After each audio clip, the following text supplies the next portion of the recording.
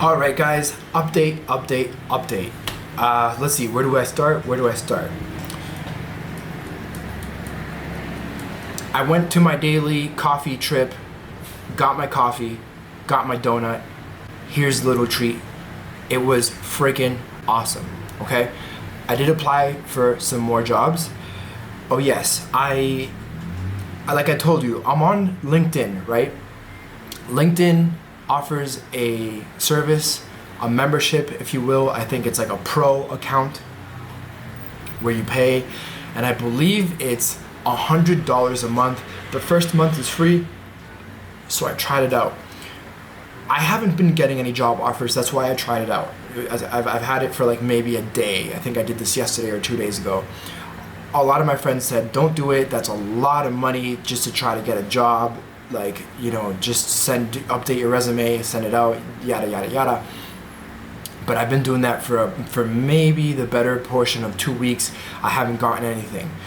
So I applied to some jobs.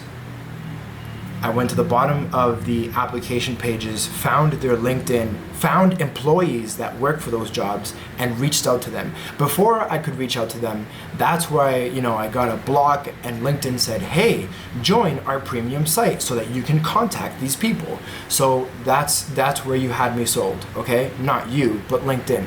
So I signed up for it. I was able to contact one person for a translating job, a remote job. You're translating from Spanish to English, English to Spanish.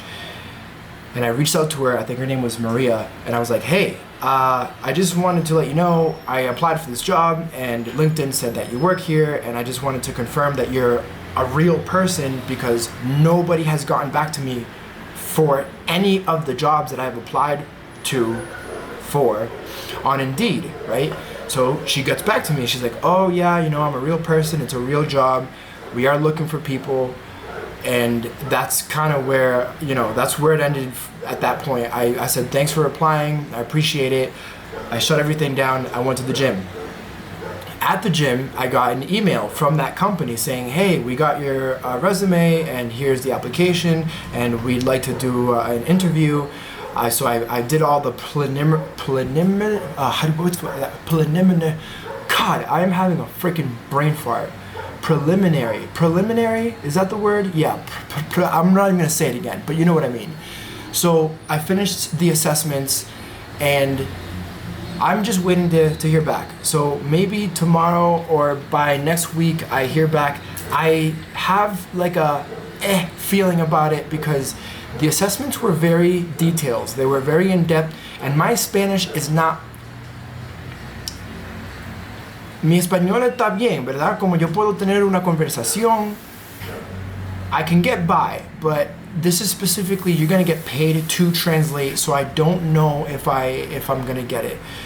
I'm just gonna keep my fingers crossed. I don't even know what it pays. She told me that she's part-time and it doesn't pay a lot, and I replied, I was like, hey, it's better than nothing, right? So that's the update. That's the first update. The second update is while I was in the coffee shop. So first of all, I told you in the last video I was going to record in the coffee shop, that I felt safer, that I wasn't going to walk around with the camera. So I took the camera with me in my bag, and I couldn't do it. I couldn't do it. I couldn't do it. It's just like, after that night,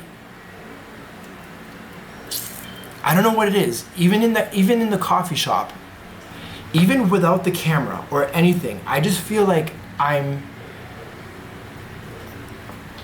don't even know how to express myself.